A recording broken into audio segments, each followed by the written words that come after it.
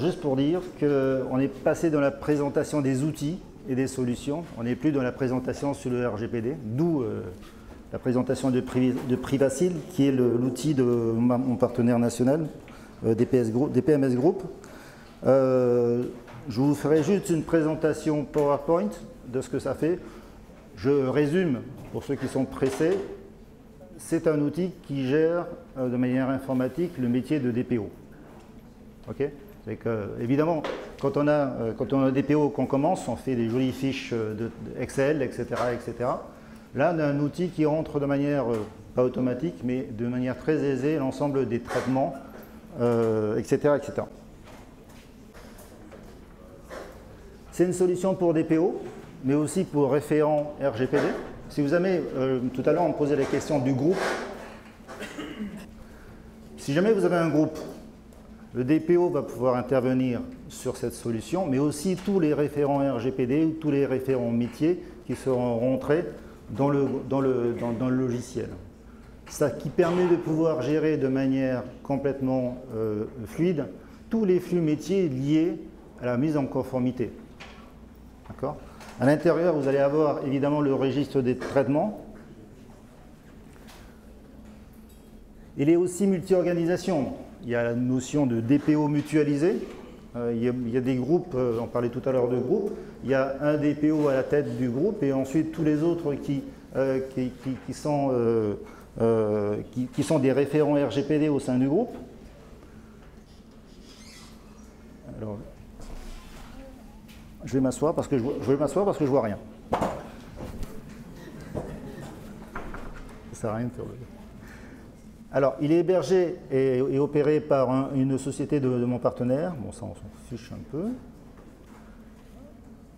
Alors, en tableau de bord, vous allez avoir l'ensemble des demandes de droit, l'ensemble des traitements que vous traitez, l'ensemble des sociétés que vous gérez, etc., etc. Donc, c'est vraiment un outil qui est puissant parce qu'il permet de pouvoir gérer une multitude de sociétés de manière complètement opérationnelle. Il gère aussi des flux métiers qui sont liés au traitement de registre, au registre de traitement par exemple. Il va aller jusqu'à gérer, alors vous pouvez changer d'organisation si vous en avez plusieurs, vous pouvez inscrire des membres, gérer des profils avec une finesse qui est assez bonne, gestion des clients, des sous-traitants, donc tous vos clients qui sont clients du DPO, donc les sociétés, ou alors en interne dans la société. On va avoir le registre principal de traitement de toutes les activités de la société, qui évidemment, avant on se paluchait à la main, maintenant est presque automatisé. Vous rentrez le début du traitement, il y a tout le reste qui s'affiche et l'ensemble des données qui sont liées. On parlait tout à l'heure de fiches de traitement avec notre collègue, mais là tout se fait presque automatiquement. C'est vraiment un outil pour gagner du temps. Il est utile à la fois pour le DPO, mais aussi pour l'ensemble des référents RGPD au sein de la société. Les mesures de sécurité qui ont été mises en œuvre, la formation des personnes, la preuve que les choses ont été faites, les contrats, les documents, les mentions, les sites web, les clauses d'information type, le consentement et les bases juridiques du consentement, les catégories de données, l'historique des modifications.